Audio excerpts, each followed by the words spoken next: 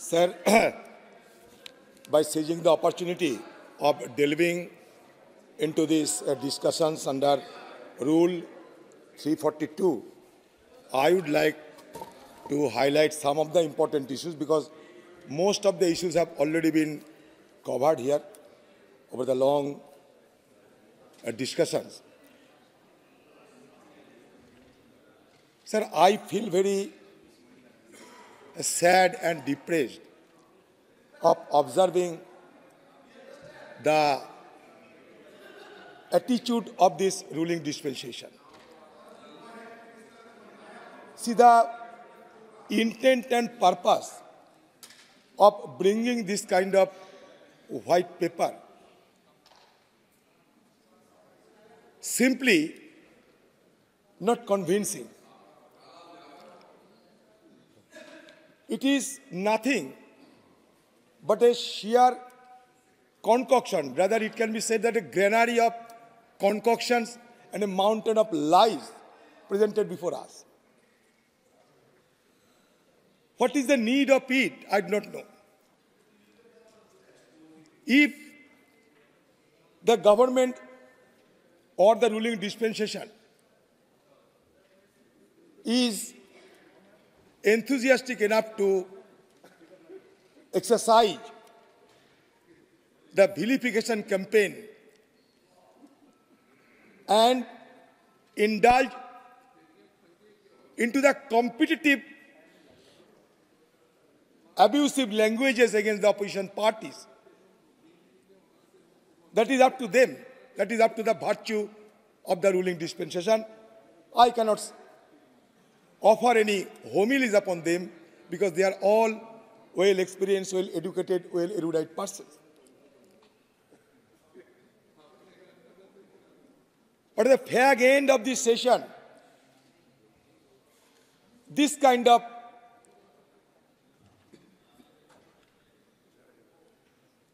white paper, only with an objective to tarnish the 10 years of UPA government, does not cut much ice. It is nothing but an electoral manifesto with an objective of scoring electoral brownie point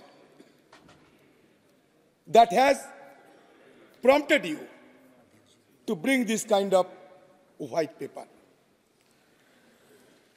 Sir, Rome was not built in a day. We must keep in mind. आप या हम जो भी हो यहाँ, कभी माँ के गर्भ में धारण किए थे, अपना अपना माँ ने पाला पोसा बड़ा किया, यहाँ पहुँचे। यहाँ पहुँचने के बाद अगर हम लोग सारे अतीत को अस्वीकार करें, नकारते, तो लोग क्या कहेंगे? अतीत को भूलना नहीं चाहिए। मैं बताता हूं।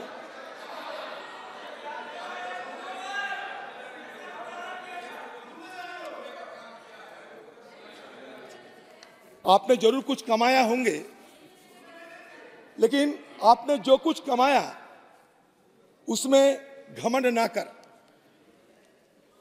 क्योंकि ये जो शतरंज की पारी है ना, शतरंज की पारी खत्म होने के बाद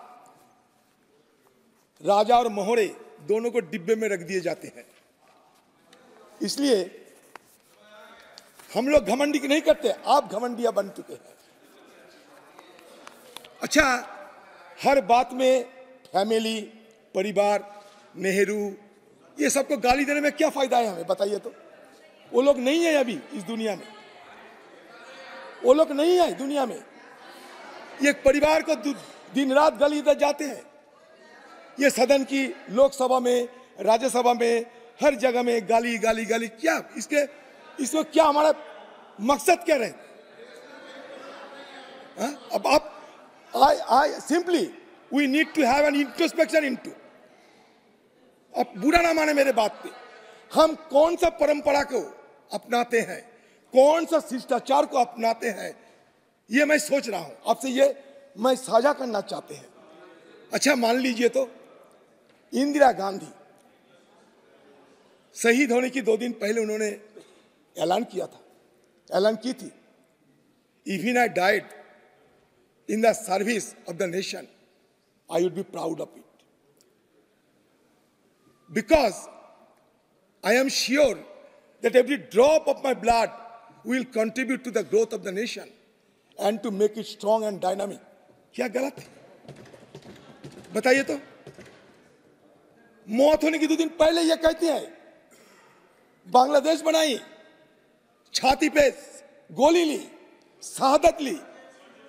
कौन सा पैसा कमाई उन्होंने? कितने करोड़ की मालिक थी? कितने पैसा कमाए बताओ आप लोग। सरकार में है 10 साल, अटल बिहारी जी की सरकार में 6 साल। कभी बता सकते कि आप लोग कि इतना पैसा कमाई इंदिरा गांधी ने? बताइए। अच्छा, राजीव गांधी चुनावी प्रचार में गई and he was virtually blown two pieces, आतंकवाद ने मारा। गाली दे रहे हैं आप लोग। अगर हम इस तरीके से शिष्टाचार को पालन करें तो हमारे भविष्य में हमारे बच्चे ने क्या कहेंगे हमें? ये आपको कहना चाहते हैं। अच्छा, ये जो नेहरू को गाली देता है ना, मैं नेहरू की एक बात आपको बताते हैं। देखिए 1954 21 जून, नेहरू जी की एक बात बताते हैं आप लोगों को। About 10 years before he passed away, Nehru penned his last will and testament. Nehru ji की अंतिम विल और अंतिम चाहत को क्या थी जानते हैं? बताता हूं मैं। वो ये कहते थे, विल करके लिख दिया गया था, a handful of my ashes be thrown into the Ganga at Allahabad. मौत होने के बाद इलाहाबाद में जाकर हमारे एक मुट्ठी अस्थि को विसर्जन देना। To be carried to the great ocean, समुद्र में चले जाएगी। That washes India soul. सारे देश की हमारा जो तट है, ये तट को जो धोते हैं उससे हम मिल जाएंगे, सिमट जाएंगे, मिट जाएंगे। The major portion of my ashes be carried high up into the air. कुछ अस्थि ऊपर में ले जाना and scattered from that height, ऊपर से छिड़क देना। ओवर द फील्ड्स, जमीन पे, where the peasants of India, जहां हमारा देश की किसान मेहनत करते हैं, toil, so that they mingle with the dust and soil of India and became an indistinguishable part of India. मेरा जो अस्थि आसमान से छोड़ के देना, जमीन पे गिरेगी, जहां हमारा किसान मेहनत करते हैं, हमारे किसान जहां मेहनत करके हमें खिलाते हैं, उस जमीन से हम मिट जाना चाहते हैं। हमारा कोई अलग पहचान नहीं रहेगी। अच्छा, ये कोई अन्याय किया? ये भावना के चलते आज अगर हम लोग उनके गाली दे तो ये शोभा देगी? आप बताइए तो। आप बताइए, आप अपने दिल से पूछिए। श्वेत पत्र पर विषय रख दें, व्हाइट पेपर पर अपना एड्रेस कर। सर, आप अगर मुझे ब्लैक पेपर ऑन रिकॉर्ड रखने की मौका दे तो मैं एक शब्द नहीं कहूँगा। ये ऑन रिकॉर्ड अगर जमा करने की मौका दे, ब्लैक पेपर। आप तो बोल। अच्छा, जो बोलना तो बोल, 2-4 मिनट बोलने दीजिए सर जी। मैं इसलिए कहता हूं, देखिए हम आज ये जगह आके पहुंचे, ऐसा नहीं। आजादी की जंग लड़ने पड़ी, लाखों की तादाद में लोगों को जेल जानी पड़ी, शहादत लेने पड़ी, तब ना ही आप आजादी मिले, तब नहीं आप पहुंचे। आजादी की पहले हमारा वोट देने के अधिकार नहीं थे। अगर वोट देने का अधिकार हमें नहीं मिलते तो आपका नेता हमारे देश की प्रधानमंत्री नहीं बन पाते और हमको यह नुमाइंदे बन के भी नहीं आ पाते।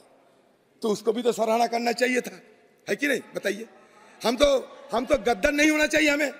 कोई हमारे लिए कुछ किया और उनसे हम गद्दारी कर, उनको ना माने तो नहीं करना चाहिए। अच्छा सुन लीजिए। अच्छा 1947-48 में, हाँ ये सही है कि आजादी की जंग में आपका कोई ऐसा व्यक्ति नहीं है जिन्होंने शहीद हुई थी, जिनको हम नेशनल आइकॉन मानते हैं, तो आप लोग क्या करते हैं? Politics of appropriation, politics of co-option, politics of narcissism, ये आपका तरीका है। अच्छा, 1947-48 साल में हमारा देश में पर कैपिटा इनकम क्या थी जानते हैं? 247 रुपीज। मान के चलिए धीरे धीरे धीरे धीरे 2011-12 साल जब आके पहुंचा तो पर कैपिटा इनकम बढ़ते बढ़ते आ गया 64,361 रुपया। पॉवर्टी डिक्रीज फ्रॉम 65% इन 1956। 1956 साल में 65% लोगों को खाना नहीं मिलते थे। 11-12 साल में आते आते गिरते गिरते आ गया 21.9% पे। लाइफ एक्सपेक्टेंसी, आयु हमारा जब आजाद हुई थी, हमारा आयु थी 32 साल और 2011 साल में आयु बढ़ते बढ़ते बढ़ते बढ़ते आ गया 67 साल, 67 ईयर्स। लिटरेसी रेट 1951 मतलब 1951 में हमारे देश में लिटरेसी रेट थी 12%, 2011 साल में आ गया 73%। तो ये तो हम ये अगर कहें कि 2011 साल में 73% थे, आपको फर्ज है इसको और बढ़ाना। आगे जो सरकार आएगी उसका भी फर्ज होगी उसके और आगे बढ़ाना। कभी हम रेडियो देखते थे, अब इंटरनेट देखते हैं, अभी इंटरनेट देखते हैं, कभी एआई की छत चलेंगे, रोबोटिक्स चलते हैं। अभी आज हम समय घंटा दिन रात में हम विभाजन करते हैं, ऐसा समय आ सकते कि डिजिटली ये विभाजन होगी, ये दिन भी नहीं रहेगी, रात भी नहीं रहेगी, घंटे भी नहीं रह सकते। तो बदलना ये तो दुनिया के नियम होते हैं। तो इसके लिए हमारे प्रीडिसेसर को गाली देना नहीं चाहिए।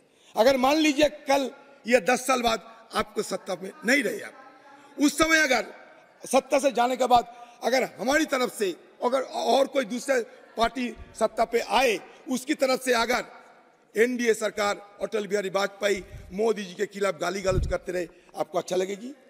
हम नहीं चाहते कि ऐसा हो। देखिए कभी हम लोग अटल बिहारी वाजपेयी के खिलाफ कुछ नहीं बोलते। ये कोई ना कोई, मान लीजिए आपका पिताजी जो काम किए हैं, अब बड़ा बेटा होने की नाते आपको और ज्यादा काम करने पड़ेगा, आपके बेटा और आगे जाएगी। ये तो नियम है, ये नियमों की परंपरा हमें मानना पड़ेगा। देखिए अग्रवाल साहब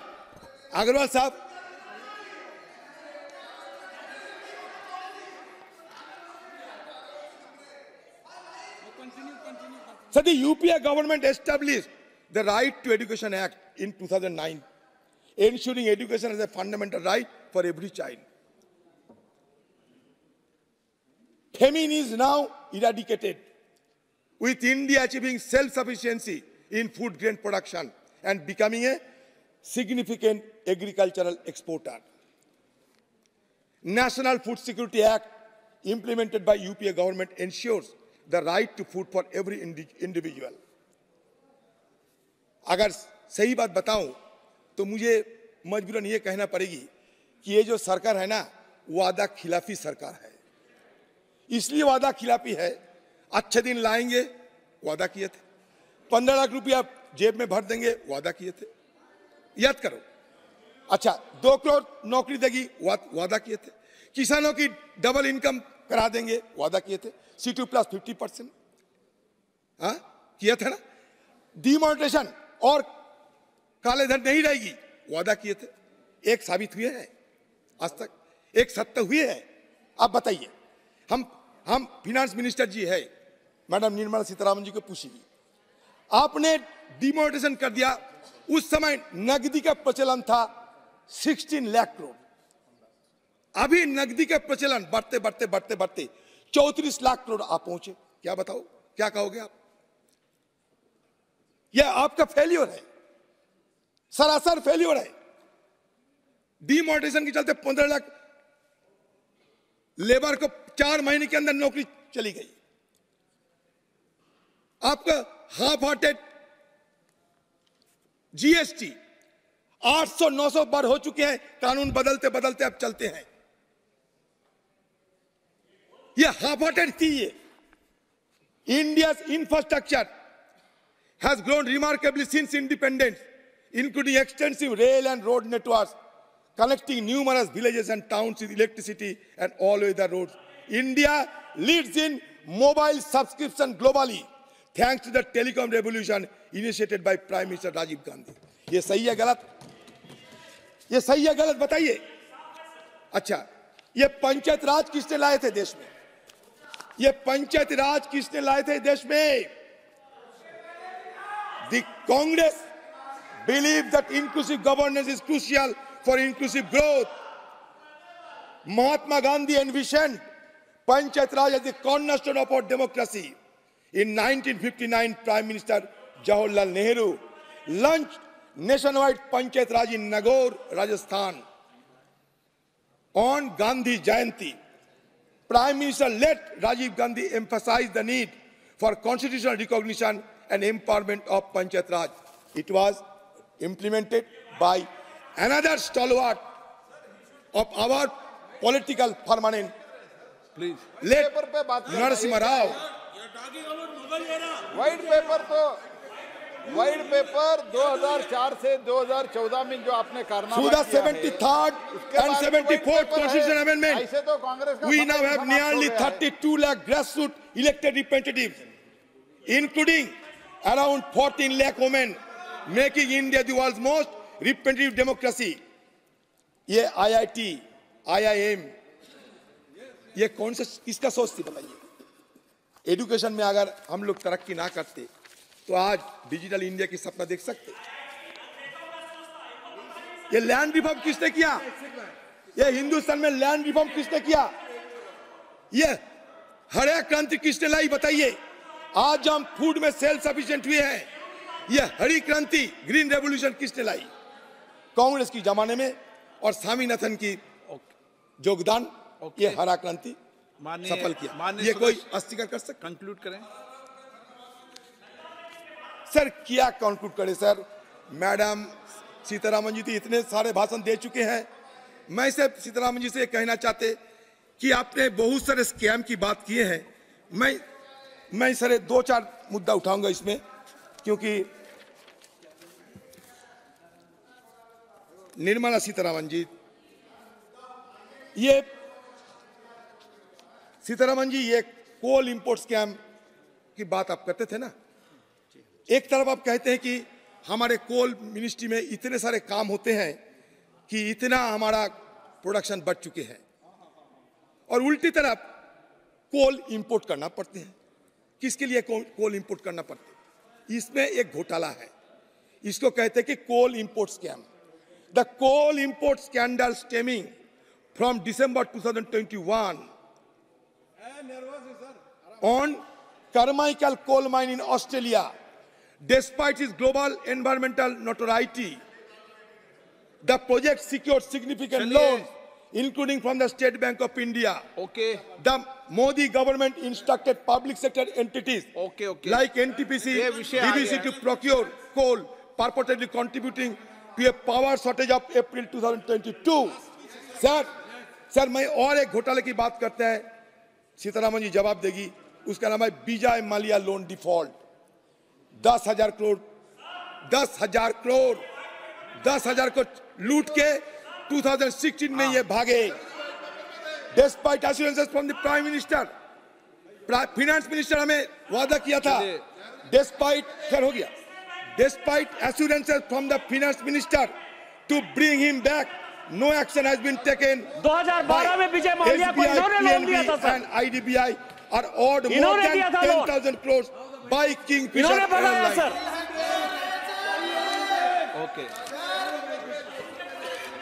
ओके कंक्लूड करें माननीय सर बिल्कुल खत्म की कागर पे है सर। अच्छा दूसरे बात सर और 5 मिनट सर। अच्छा, विजय माल्या के बाद आ गया Nirav Modi, Mehul Choksi and PNB scam. अच्छा, इसके बाद आ गया Jatin Mehta and Winsome Diamond scam.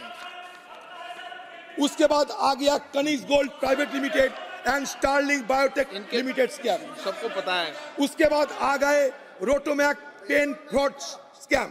उसके बाद आ गए आईसीसीआई वीडियोकॉन फ्रॉड स्कैम। तो इतने सारे स्कैम लेकर आप किस पे दोषारोप करते हैं? अच्छा इसके पहले, अच्छा ये भी है, इसके पहले भी स्कैम की बात सुना करो। Okay UTI sir, UTI US 64 scheme एक घोटाला। किलोनी सर हो गया, किलोनी कोल स्कैम सर 2 मिनट तो मतलब 2 मिनट। किलोनी coal scam, stock market scandal, disinvestment scam, India Barak 1 missile deal, तेल का स्टिंग ऑपरेशन स्कैंडल। भूल गया क्या? एन.के. प्रेमचंदन जी सर उस समय हम भी उस समय सदन में थे।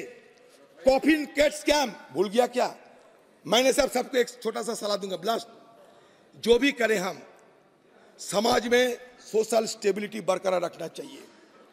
आप कुछ नहीं कर सकते समाज में विभाजन करते हुए। 20 करोड़ मुसलमानों को आप धकेलते हुए, समाज से निकालते हुए देश की तरक्की नहीं कर पाओगे। मैं इसलिए कहता हूं कि social stability, social cohesion, social peace, these are the fundamental condition for the growth of an economy। मैं एक छोटी सी बात कहना चाहते हैं, मंदिर में दाना चुगकर चिड़िया मस्जिद में पानी पीती है। कोई कहता है कि राधा की चुनरी बेगम सलमा ने सीती है। मैंने सुना है रफी साहब महफिल में रघुपति राघव गाता था। मैंने सुना है पंडित प्रेमचंद ईदगाह बच्चों को सुनाता था। ये देश को आप बनाता है। नमस्कार। एन.के.